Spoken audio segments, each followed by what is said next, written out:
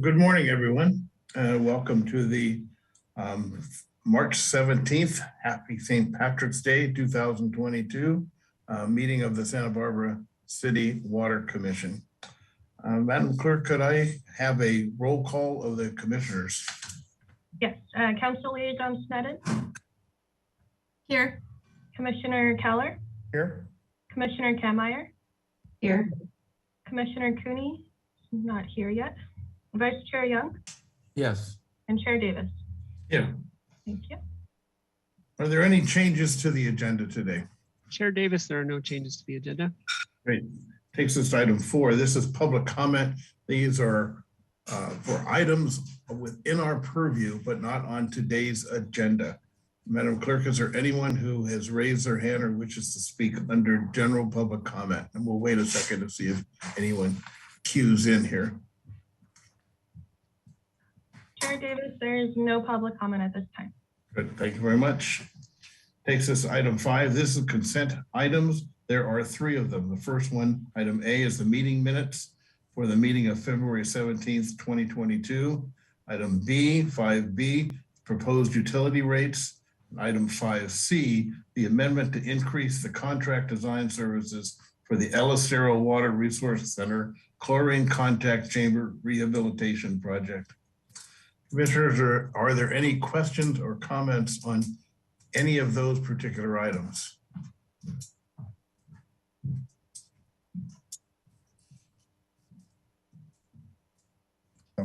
I see a hand raised by Commissioner Kammeyer. Cora, please. Thank you. I just could you clarify what the utility rate item is? I'll turn that to staff again. Joshua, we've had this on our agenda for a couple of different times, and this is the final one going on to the Finance Committee, I believe. You want to comment on that, Yeah. Mr. Hagmar? Chair Davis, Commissioner Kammeyer, we've been working obviously on development of the city's wastewater rates.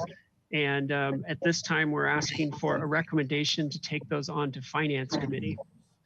Finance Committee, as you may recall, is a group of 3 of city council members, and they will determine if we should go ahead and advertise or notice our customers ahead of a Prop 218 hearing, which will occur in June in front of City Council. Got it. So to clarify, this is just for wastewater rates. This is just for wastewater rates. The City Council and Water Commission have already acted on a 3-year water rate. They did that last year. And so this is just wastewater rates, but I mean, I should say it also includes solid waste. We typically go together in our noticing. Yeah, for the purview of the commission, really looking at the wastewater rates. Got it. Okay, thank you. And I was just wondering, I know, and I apologize because I missed last month's meeting, so perhaps it was discussed further, but I remember in the prior meeting, the discussion around wastewater rates, I had a comment about looking at the volume assumptions in relation to the water conservation legislation that's currently underway. And I was just wondering if there had been any movement on that. Yeah, actually quite a bit of movement. Really appreciated the input from the commission, and we took a look, and certainly we've recognized that our customers have kind of reached a new normal in usage, and so what we are proposing is to bring down that cap for wastewater from 10 down to 8. We're finding that reflects more of our average indoor water usage.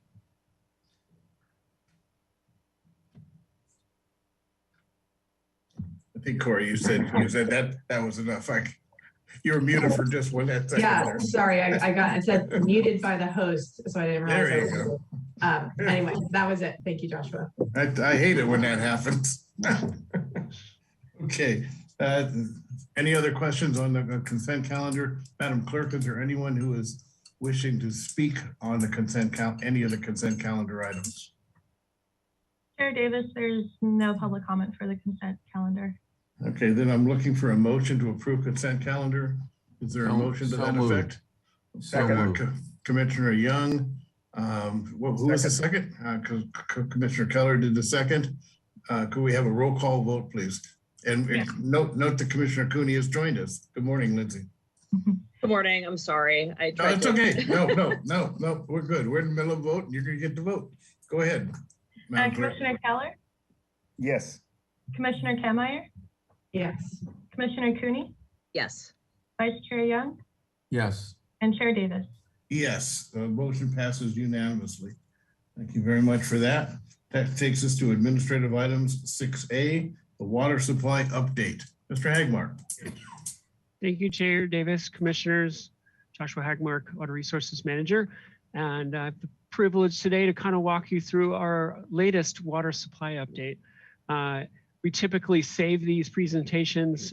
We typically do them in May and November of every year, but given the unprecedented dry January, February, and now March, we thought it prudent to bring this back to you and at least start that conversation of where the city is in our planning efforts. We also intend to come back to you in May and do our formal presentation. At that point, get into more recommendations about maybe demand reduction if we need to do that.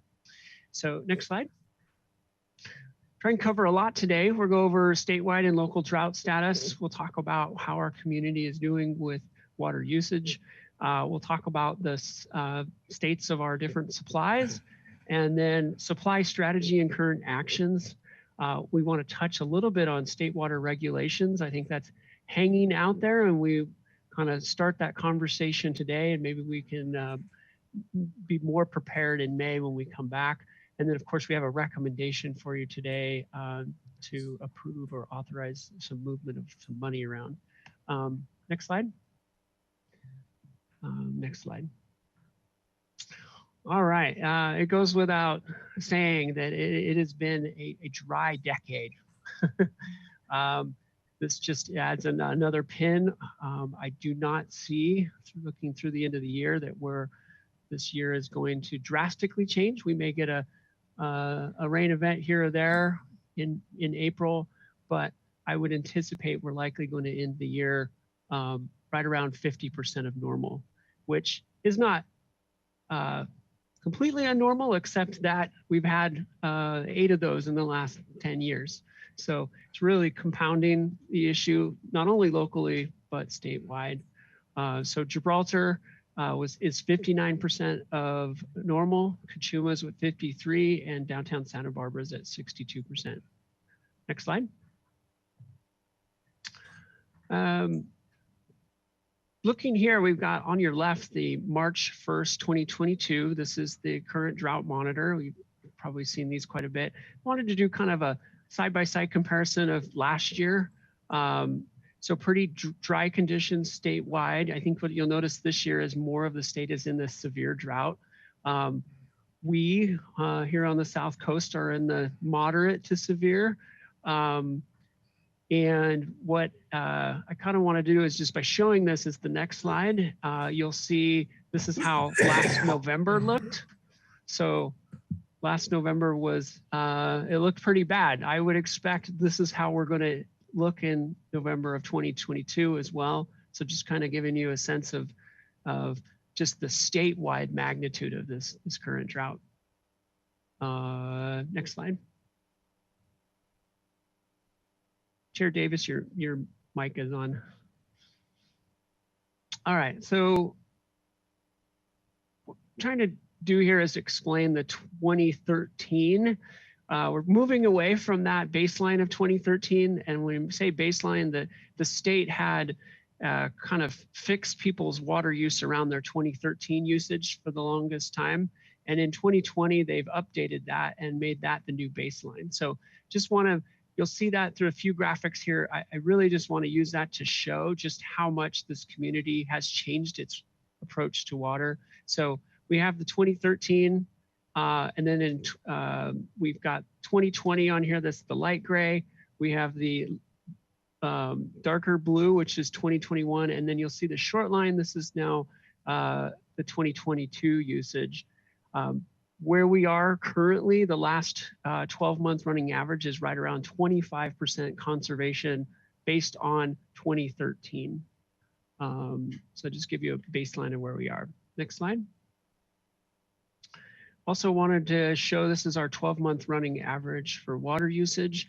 The blue line there is what we had predicted in our enhanced urban water management planning effort.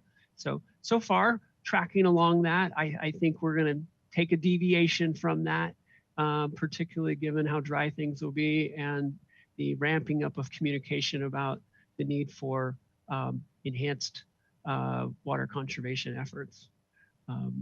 Next slide. Let's drop into water supply status.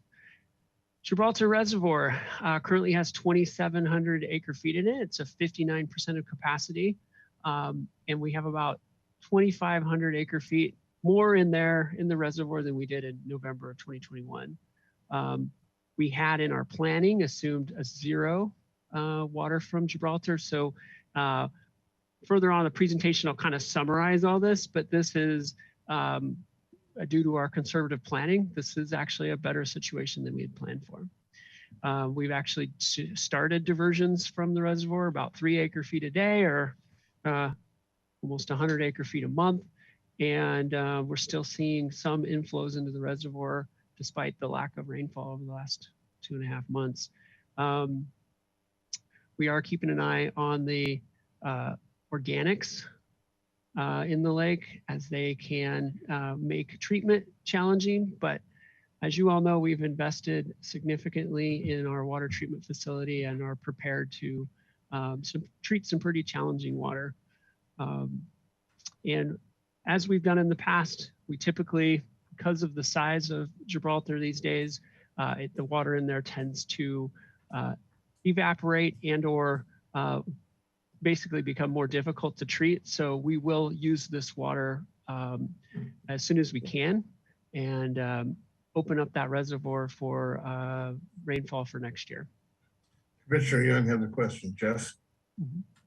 Thank you. So my question has to do with the planning and how to use that Gibraltar Reservoir water. Mm-hmm. So do you want to draw it down? Yes. By the end of the year? Yes. We'll Okay. probably have the reservoir empty by September, somewhere Good. in there. Mm-hmm. Okay, thank you. Yeah. Next slide. Kachuma, an interesting story here. So the reservoir currently has 90,000 acre feet, which is about 47% of capacity. The city has 23,000 acre feet of that 90,000. So a significant chunk of the reservoir right now is in the city's name, which there's a good story behind why that is that way. We have about 17,000 acre feet of carryover. That is water that had been allocated in prior years and is available to the city. We did not use it and is available to us to use now. And as you may recall, we got an allocation of 5,800 feet or 70% allocation this year. So that's how we get to that 23,000. Next slide. The story behind that, why you look at all the other districts, they all have significantly less. The driver here is 3 factors. 1, fantastic ongoing conservation from our community. 2, desal production, consistent year-over-year production from our desalination plant, which allows us to store and save that water in Kachuma. And 3, consistent operation of our recycled water facility, which again takes the pressure off of our potable water supplies. So it has put us in a fantastic position going into what could be a pretty significant drought again. So that brings with it challenges, and I think we'll be talking about that in the coming months because the city being an outlier there, we're certainly going to take the brunt of the evaporation. As you'll see with the rest of the water in the lake, we didn't break that down, but that includes water to meet fish flow requirements on the San Ynez River, and that includes downstream users' water that accumulates in the reservoir as well, plus what they consider the dead pool or storage in the lake, which is roughly around 20,000 acre feet. So just giving you a sense there of the magnitude of the water that the city has right now currently stored in Kachuma. Next slide. State Water Project, right now it's at 15% allocation, which is roughly 500 acre feet. We are kind of a little anxious that it has been so dry that we might see that DWR back off from that and potentially drop it down to 10%, but still our planning assumed 0. So anything's better than that.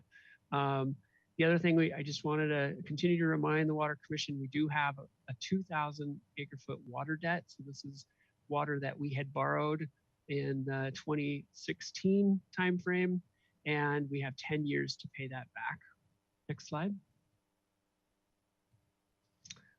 The desal plant continues to operate and provide about 30% of the city's water supplies.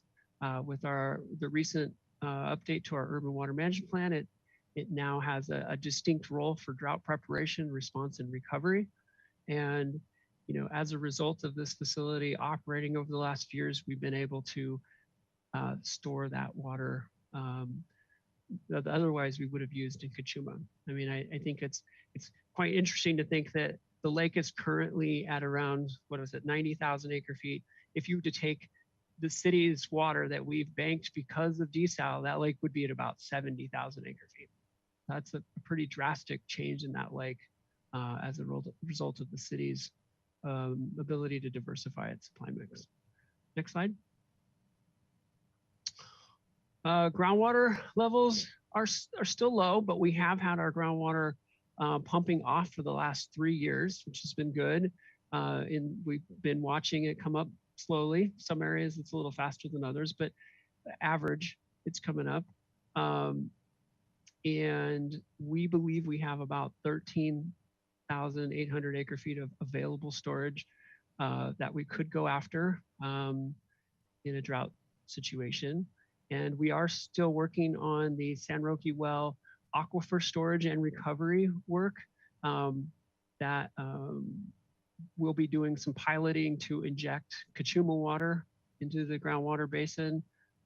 Again, it kind of comes at an odd time. We want to finish up this pilot work and secure the permit that we have, but then likely we're going to turn around and put that well into production to pull water out of the basin because of our current water supply situation. Next slide. Recycle water facility is running great. It's producing about 10% of the city's needs. And as we've talked about before, it really offsets some of the large landscape uses, parks, schools, and golf courses in town. As we talked about in January, we're working on a market assessment to see if there's anybody else out there. And then last month, I should say March 1st, we officially, Councilmember Sneddon officially turned the valve, opening up water to La Cumbra Country Club. Under a 25-year agreement, we'll be selling them excess recycled water. So I think getting more use out of that water and preventing it from going into the ocean and creating a little bit of revenue for the city, it really kind of checks all the win-win-win boxes. So next slide. Water supply strategy. So here I just wanted to quickly go over our assumptions and how and which ones have changed. So as we go down here, we had assumed a 70% Kachuma allocation. That's what we got. We are assuming 0 in 23 and 24, still to be determined, but we're planning for that. We had assumed a 0 from Gibraltar for water years 23 to 24, and we now feel confident that we've got 2,500 in there for water year 22. State water, we assumed a 0, and it looks like we're going to get either 10 or 15. Plus, we think we're going to be successful this year at securing some water through the supplemental water purchase program. We're going to be looking for 2,000 acre feet of water. We think that that'd be kind of optimum if we can find that water. And I'm going to talk a little bit more about that in a few minutes. Desal production has been exceeding. We were conservative in our estimate, but it has been exceeding the 70%, which is great. And then we've continuing to get mission tunnel infiltration. Next slide. And then on here, we're still planning to utilize our groundwater pumping, and we'll be back in May, I think, to talk more about conservation. We really want to see where the state is headed with conservation efforts and kind of see how this year wraps up. And then we'll come back in May with some recommendations and more discussion. Next slide. So in summary, I think due to our prudent planning, the city remains in a really good position water supply wise. That doesn't mean we can, what do I say, can ignore the current conditions that are going on out there, but I think we can certainly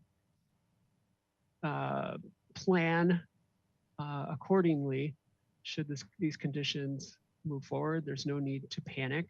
And right now we don't anticipate any shortages through at least fall of 2023. Next slide. So current actions, we will be starting to take state water deliveries. We haven't in a while. We'll starting to take deliveries, a small portion, bringing that in. We will begin pumping storage unit 1 this summer, and we will be initiating a construction project that will connect one of our wells to the Ortega groundwater treatment plant. And then we'll also be pumping from the Foothill Basin as well, starting this winter. Next slide. As I previously mentioned, we are going to be pursuing supplemental water purchases. It's been a few years. Maybe some of the commissioners remember this, but this is probably one of the best values out of the State Water Project is we have this connection to the entire state, and not all parts of the state need as much water as they currently have. And so in this case, we are pursuing water from both Antelope Valley East Kern, also known as AVEC, and the Mojave state water contractors have noted that they have some water for sale. And the pricing that we've seen varies between 750 and 1,400 per acre foot. And this time around, there is no return component, which is fantastic. That was part of the challenge before, where we basically had to lease the water and return it. That no longer is a requirement. For those who don't know, this water, if we do purchase it, will be stored in San Luis Reservoir. And because of how they manage the state water system, that water doesn't evaporate there. So it's a great place to store water. But should we find ourselves in a situation where it's a wet year, we can, I think, quickly pivot and use this water to pay off our water debt. But certainly if it stays dry, I think this water will be critical in meeting our customer needs. And I think for me, it's pushing off the decision to expand desal. I think to the extent we can, being able to delay that decision, this purchase would help to do that. Commissioner Kammeyer, Cora. Thank you. Yeah, Joshua, I wanted to dig a little bit more into the State Water Project water transfers because it's complicated and a lot going on there, but this is fascinating to know that we can do this. So you said it was from the Antelope Valley East Kern. Is that a groundwater bank? They are a state water contractor like CCWA, Central Coast Water Authority. And so they, I'll just give you my 2 cents on it. They are a massive state water holder. So back in the 60s when they divvied out water, I think there was a expectation that the Lancaster area would be the next LA. And so they were given this huge state water allocation, and they just haven't grown at that pace. And so even at a 15% allocation, they end up with a sizable chunk of water and are able to make that available to other state water contractors. Got it. And so then presumably there is a risk here if the State Water Project allocation goes to 5% or to 0, like we've seen in the past, then this wouldn't be viable. Correct. Yeah, it would be hinging on the allocation. Yeah. And can you explain why water stored in San Luis Reservoir doesn't evaporate? It's magic water. I'll do my best. The way they account for water, because there are so many users in the lake, I think they tax the water already. So when you bring water into the lake, they have already added into there a method of dealing with the evaporation. So it makes for a great place to store water. And I think if you kind of follow the water supply discussion with it, you're incentivized to put water in there. Because one of the challenges that, like I was talking about with Gibraltar, we kind of want to get the water out of there as soon as possible, because in that case it goes bad. If you overly burden storage with evaporation, people will use it or lose it kind of thing. It's brilliant in that sense that you're really encouraged to put your water there and keep it there. We leverage all of our different supplies, and that's one of the perks of keeping water in San Luis. Yeah, that's interesting. So it basically encourages storage over use. Yeah. And then just a final question on this, which is there a price threshold in this range at which desal becomes a more attractive option? Like at that $1,400 per acre foot, is it still more cost effective to do this versus increasing desal? Yeah, I mean, right now we're paying about $1,400 an acre foot for desalinated water. That's the operating cost. So that's labor, chemicals, water, all that kind of stuff. So it's in that range, but then we still have to deliver this water. So there's at least, they want to say it's like $300 or $400 to deliver this water to the city. And then we have about $300 worth of treatment on it. So it's about $2,000 at that higher range. It's about $2,000 an acre foot for this, the full cost of this water. Yeah, I think at this point, that's still in my mind, a preferred option if it's available. I think if this is a repeat next year, that supplemental water won't be available. So we'll kind of be in a different paradigm next year of looking for water. And it may be that desal is really the only thing we can go after and be assured we'll have something for our community. Thank you. Commissioner Young, Jeff. Thank you. My question goes towards our use of the groundwater basin. I think there's a slide that shows we're going to extract about 50 acre feet a year, beginning later in the summer? We are going to start production. I don't remember the number offhand. I can right. And so, yeah. And how does that compare to the rate at which we are filling that basin? That is a great question, and we do have a model of the groundwater basins. I'd have to get back to you on just how much we think we're getting in recharge. There is I want to say the basin, even under dry conditions, is getting a couple 100 acre feet a year. Because as when we were doing the modeling, I remember asking the question, what would the safe yield of the basin be? So imagine the basin's all filled up. What could we take off every year without doing any, while still preserving that? And I remember it being a couple 100 acre feet. So Okay. I can follow up with you and the commission on that. Well, I think you've answered it. So even at that rate of extraction, we are still recharging the basin. Yeah. Okay. All right. Thank you. Commissioner Sneddon, or Council Member Sneddon, I'm sorry. Thank you. Just a quick question about the supplemental water purchases. And if you could speak to, we had that request with the county that we be able to not have approval first before we put out bids for supplemental water purchases, and where are we with that? And was that helpful, the outcome of that? And are we in better shape because of the outcome of that? Or if you could just comment on that. So Council Member Sneddon. So as you know, part of this, there's two components to the issues with the county right now.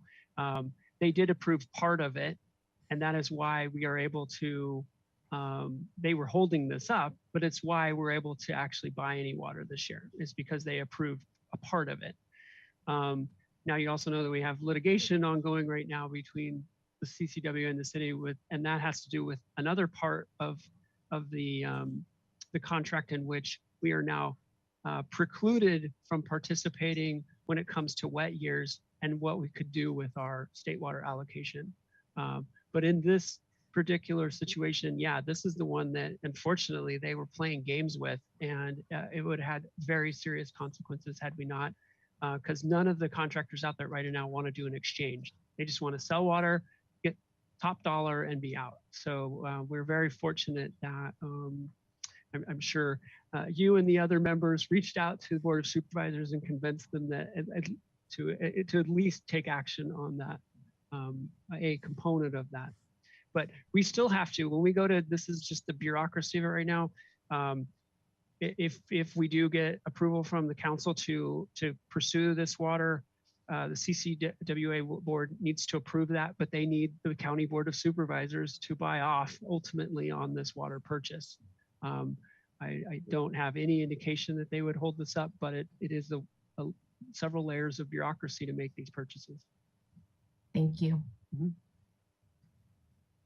All right, next slide. A look ahead. All right, so as many of you know, Governor Newsom took some action in October declaring a drought emergency and was looking for a voluntary reduction of 15% compared to 2020. Doesn't sound unreasonable if your water usage rebounded. And some of our neighbors and a lot of people in the state saw rebounding water usage after the 2012 to 2017 drought cycle. And so that wasn't our case here. So this is where it's going to get complicated if the state chooses to do this one size fits all conservation targets. And so we're planning to have more conversation about this, but I just wanted to set the stage. I've got a few little graphics in here to kind of help. I have reached out to Assemblymember Bennett's office and Lamone's office, and I've got a meeting set up with their representatives to bring them up to speed on the city's planning efforts, water supply planning efforts, and in particular, what would be helpful for the state to do should they need to implement or request additional conservation. But we will be bringing this back to you in May to talk more on this specific issue. Next slide, I just want to show you some of the kind of comparisons to kind of set the stage. So 2013 actual is the light gray line here. This here is a 15% conservation below 2013. Right now, we are 2022, this short little line here, we just got 2 months. Our 12-month running average right now is 25% conservation. So we are trending 25% below this 2013. And then you can see how we performed in 2021. This on here I thought was helpful. We added in 2017. This was the lowest water year for the city. The city achieved 40% conservation that year. That's 40% below 2013. And as some of you who are around might remember, we had a turf watering ban, no watering of no fountains. This was a pretty scary time for everybody, right? We didn't have desal in operation yet, so there was a lot of concern. And so we were hitting 40%. That was our 12-month running average going through there. Next slide. So building on that, here's kind of the challenge. The states reset that threshold for 2020, and an 8% conservation below 2020 is this green line here. A 15% mandatory conservation below 2020 is this red line. So in essence, for the city to achieve even a mandatory 15% conservation, we'd be having to ask our community for a 37% conservation from 2013, just putting that in perspective. we think we can hit 8. That's what we think we can do. And again, at this point, we're speculating. I'm just trying to figure out where the state's going to go. But I just wanted to set the stage for, I hope, the state mandates that we do these urban water management plans. We spend a lot of time on them. And then to come out with some just flat amount without taking into consideration, for example, that the city has developed drought-proof supplies like recycled water and desal, is really unfortunate, and I think punishes those who are doing the right thing. Next slide. So I think I covered all this material kind of as we walk through. And anyway, we'll be monitoring this. We have been, and we'll be bringing this back in May for more conversation. But yeah, welcome. Any thoughts?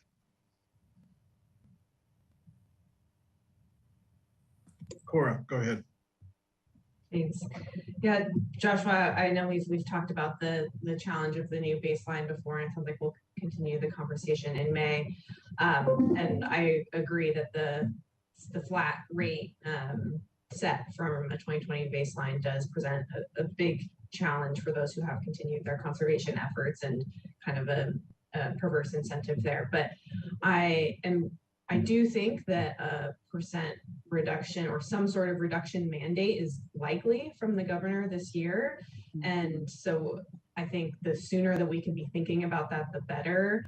And it's great to hear that you're reaching out to elected officials and speaking with them on this topic. And I'm curious what your thoughts are and what would be a potential proposed alternative to that flat rate. And because I think, coming with not only this solution doesn't work for us, but then also with an alternative solution is always helpful. Great question. And the thought that we've put into it is really, what does the state want? And the state wants to encourage the development of drought-proof supplies. That's what I think they want to do. Sometimes their actions don't really get there. But if that's the case, we've took a look at, if you take desal and you take recycled water out of our supply mix, AKA we do not have to conserve 15% of those supplies because they are not attributable, not dependent on rainfall, then the city could meet that 15% target. So I don't know if that makes any sense, but we can meet that 15% target if you remove those drought-proof supplies. And I think they need to be thinking like that, because if we want to encourage potable reuse, you got to put a carrot out there. And if someone's going to develop potable reuse, and then the state turns around, the very expensive source, and the state turns around and says, oh no, you need to conserve your use of wastewater, I think it's going to take away a significant motivation to develop those alternative supplies. Yeah. And it does seem like hopefully this is a kind of transition phase problem, that once the conservation legislation sorts itself out and we do have those more budget-based targets, that will be a clearer way for more customized reduction requests. Yeah, I feel like we're, the canary on this issue. Like, we got San Diego Water Authority, who's got a desal plan, and us, and then there's, some smaller ones, but not a lot of well, I should say in Orange County, I guess they have their recycled water program, but you've got a small group of people who have developed these drought-proof supplies. And so I don't know if the state is really quite got around to grappling with how to be equitable and fair with those entities.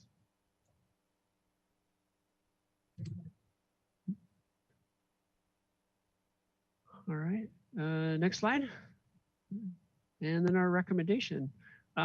So receiver water supply update. And then of course, we're looking for a recommendation onto council for approval of an increase in appropriations to the water operating fund in the amount of $2 million funded from our reserves to pursue supplemental water purchases through CCWA.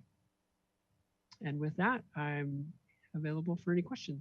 Great, thank you, Mr. Hagberg. Any other questions or comments from the commission members themselves?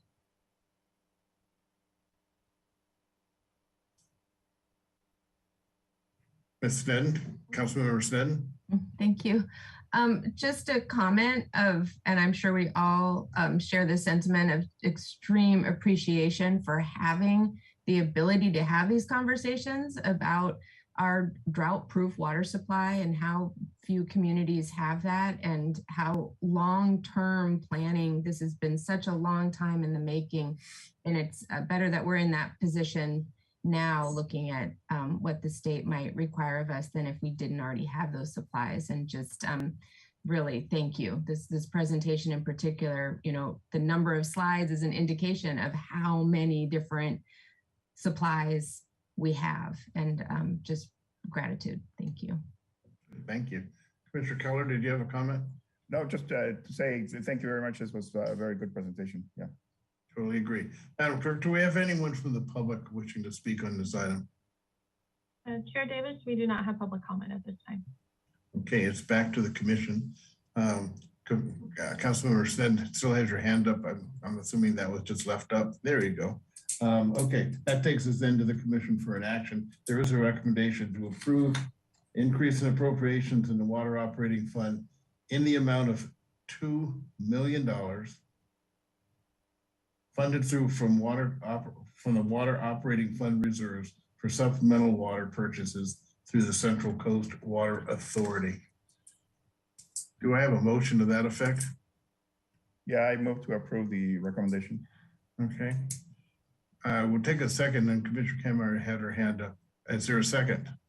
Sorry, I had a question real quick. Yeah, let me see if I have a second, and we can go back to the Yes. questions. Second. Okay, second by, so we have Keller and Young as the motion in the second, and I will take then any questions at this point. Commissioner Kammerer, go, Cora. Thank you. Sorry, sometimes my brain doesn't work fast enough to get the questions. Okay. I was just wondering, in the case of a 0% state water project allocation, what happens to this money? It will fall back to reserves. Yeah. Thank you. Mhm. Okay, with that, we have a motion on the floor. Madam Clerk, could I have a roll call vote, please? Yes. Commissioner Keller, Yes. Commissioner Kammerer, Yes. Commissioner Cooney, Commissioner Cooney. Sorry, my mute is Oh, being there you weird. are. Yes. Okay. Vice Chair Young Yes. and Chair Davis. Yes, motion passes unanimously. Thank you very much. That takes us then on to the Water Resources Manager's Report. Mr. Hagward, Kane. There you go. Thank It's your day, Joshua. It's mine. I get St. Patty's Day. It's all me. All right. So this packet went out to the Water Commission and made available to the public. And I guess we can go through here. Since we're doing a water supply update, we've really touched on all these items here. So if you don't mind, Chair, I'd pause and ask if there's anything specific that the commission would like me to touch on. I really, when I looked at the packet, there wasn't anything that really stuck out to me as significant in that sense. And I do have some other comments, but related to this report, Any questions for Mr. Hagbark from the report which we've had in our packet? Not seeing any. Joshua, you may just go to the COVID one and tell us like you're doing much more testing. I see a lot more testing dots. Yes, thank you, Chair Davis. Yes, we've now partnered with Cottage Hospital, which is fantastic. And together we have increased sampling to 5 days a week. And so now you're seeing a lot more lines in there. I'm not going to attempt to interpolate this, but Cottage Hospital folks are analyzing this. And I know the next question that they've been asking is that they're looking for this new variant. So I don't know that they're sampling for it all 5 days a week, but they were wanting to do it once or twice a week to see when it shows up. Typically, Ms. Flessy, our wastewater assistant manager, says we're about when she's been watching this, we're about a month behind the East Coast. So if they're starting to see it there, it'll be something we should start to keep an eye out in the next couple weeks to see if it shows up here in Santa Barbara. It will likely will, but hopefully, keeping our good practices that we have and having a pretty significant amount of folks vaccinated, it won't cause much of an issue in the community. But I'll leave that up to the health experts to speak to that. Councilmember Stanton, Kristen. Thank you. Well, that spike, that blue spike that doesn't have a gray bell after it yet. I'm don't think we're health experts to make predictions, but any comment on that? Well, there actually has been some conversation about that. And again, I preface it, this is emerging science. And one of the things that they have talked about is maybe we should be sampling the solids. Because they think the solids will be more consistent than potentially the just taking a grab sample. Because clearly we sampled and then the next day we took it, it was way down. So what we're looking for is kind of trends. And so there's definitely some emerging science around sampling the solids because they think it'll provide a more consistent data point. But yes, we all were a little freaked out when we first saw it. And fortunately, because we were testing daily, it came way back down. We're like, oh, okay. Let's just keep an eye on this. But yeah. This is another place where I feel like we've been at the forefront of looking at this type of data and well done. Thank you.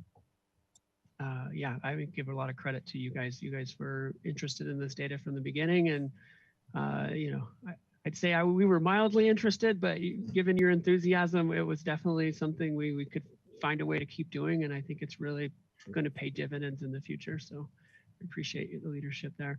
On a business standpoint, anticipating changes coming to virtual meetings, it does not appear that the state is going to make any changes to the Brown Act.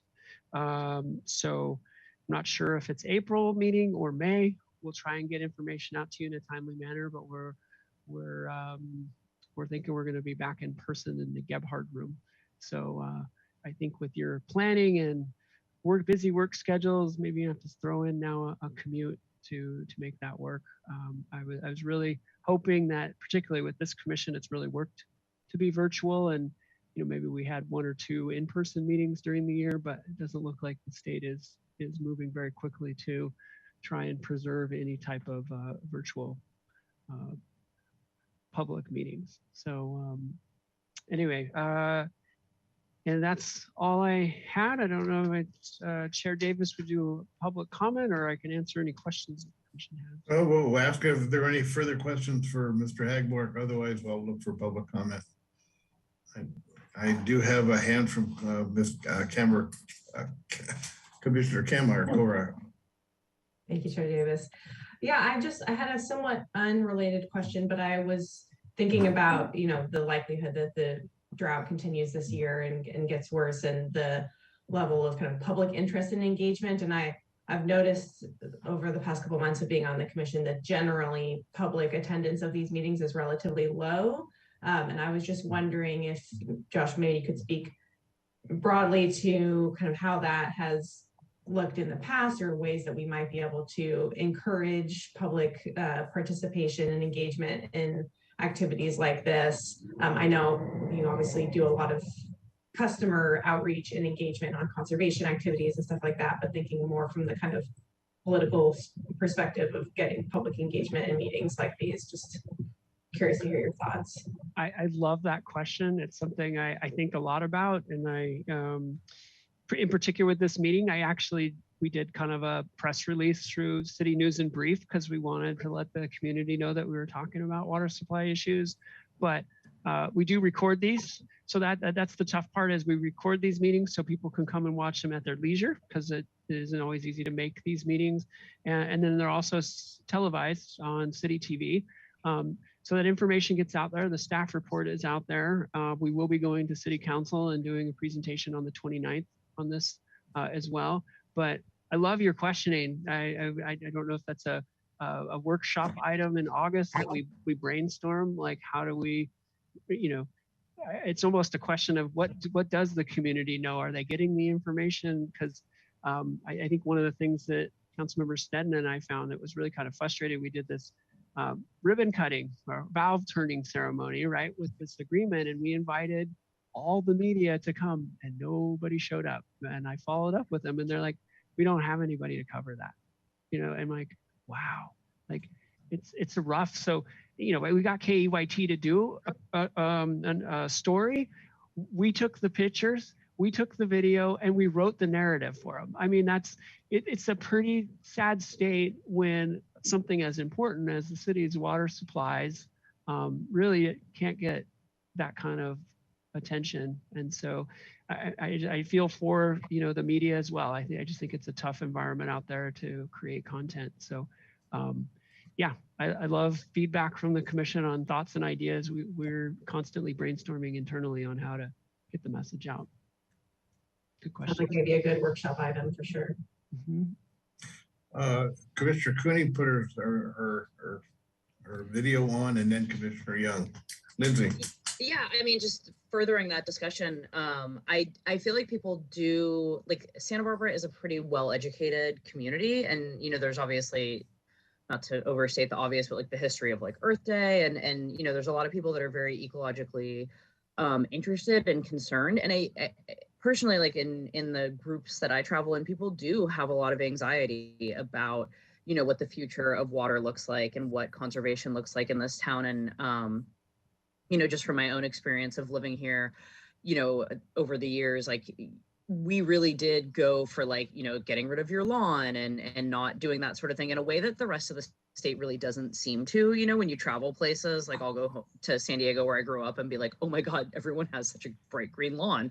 And so I think the people, you know, the community here is ready to hear that and is ready to, you know, like they're receptive to what we should do for conservation. And people are usually like, if it ever comes up in a group that I'm in, people are relieved to hear that the city does have good planning, but the message is definitely not out there.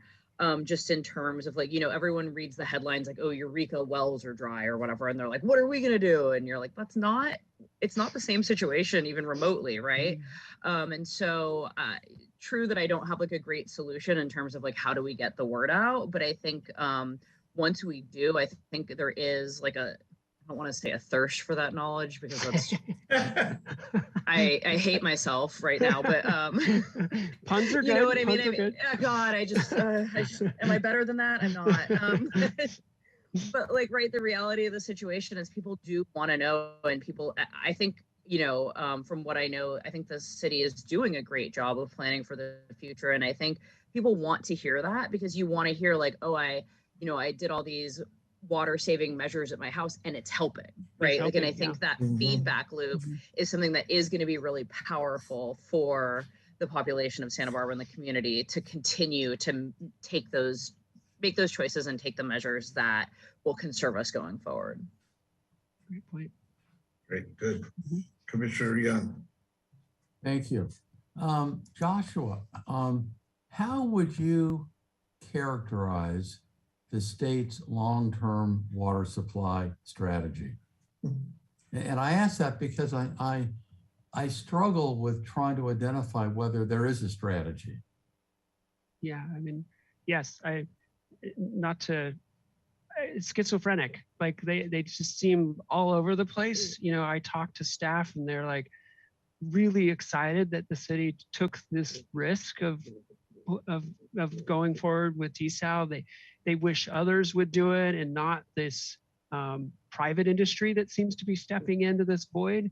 But as I explained to them, they have made it so risky to embark on diversifying your portfolio that no municipality really wants to do it. The only reason we did it is because we still had permits, and even that was a challenge. So I think there is, and then there's money out there, but I don't know, the fight that we had to go through to get the money that had been assigned for desal was fascinating. Like, I almost had to pull it out of their hand. They were treating the money that had been given by ratepayers like it was theirs. It was a fascinating I don't know. I don't know how to explain it except that it's not a consistent. It's not everyone is rowing in the same direction. That's what I thought your schizophrenic comment was pretty good. Yeah. So, and what about, the effort to develop, well, groundwater storage, with projects? I've read over the years, some areas in the Central Valley have been targeted where a recharge, could be experimented with. Is there any consistent effort by the state, to kind of push projects like that forward that you're aware of? Well, the one you're probably most aware of, it's ridiculous that it's taken so long for us to get a permit to do the groundwater injection. As you may recall, that there was a hiccup in the water quality that we were drinking water that we actually drink. Putting it down in the ground did not meet the groundwater quality requirements. And so we spent, I'm sure Kathy could chime in, we've spent 3 years on that topic, going back and forth. And I can tell you that the regional board staff were fantastic. We want to make this happen. We're stuck. And they eventually found a way around it, but we could have been injecting water 2 years ago. I mean, we have all the infrastructure. We put the well in to do that. So that's just a little example of just like how we kind of, it's almost a no-brainer, yet we're kind of stuck in our own, I don't know, quagmire that we've created. So yeah, I think those options, there's a lot of those options out there, but we just have a hard time moving forward with some of them. It's really kind of. And I was referring to some that I have seen reported on in the Central Valley, where there's some fairly large tracts of land that have been targeted for infiltration projects. I'm just assuming you're more in contact with those that like to talk about those things over the lunch hour than I am. And are you hearing anything about those projects moving forward? Yeah, and those are the ones that are forming kind of out of these groundwater sustainability agencies. So they're now, the state did a great job, I have to admit, in getting these GSAs going. And now there's a responsibility for them to bring these basins into balance. And in order to do that, they have to fallow some land, probably the less productive land. And then they also need to bring in new sources. And where I think the city is well positioned is in a wet year, I would love to give them my state water allocation, like in some type of an exchange in which during dry times, that basin hopefully is in much better shape because they had these imports of water during wet times, so that we could have this, and there's not even a one-to-one. We may give them, 5 acre feet and they give us 1 back. And I would still consider that a benefit to how we better utilize. And again, the city is a small player, but we're hoping maybe with the power of CCWA, which has a fairly large allocation, that we could enter into some of these long-term contracts in which we can, in those 2 wet years we've had in the last 10, we could take some of that allocation the city got and we could help bring back some of these groundwater basins in a way that when it's dry, we could call on those. Thank you. Any other questions or comments at this point for Mr. Hagbark? I don't see any. Madam Clerk, has anyone under public comment raised their hand for this? Chair Davis, we do not have public comment. Okay. Well, good meeting. Thank you, Mr. Hagbark, for all the work that you did today. Our next meeting is Thursday, April 21st, 2022 at 9 a.m. And we may be on Zoom and we may not. So, That's right. To be determined. Yeah, to be determined. So everybody stay safe and we'll see you next month. Bye-bye. Okay.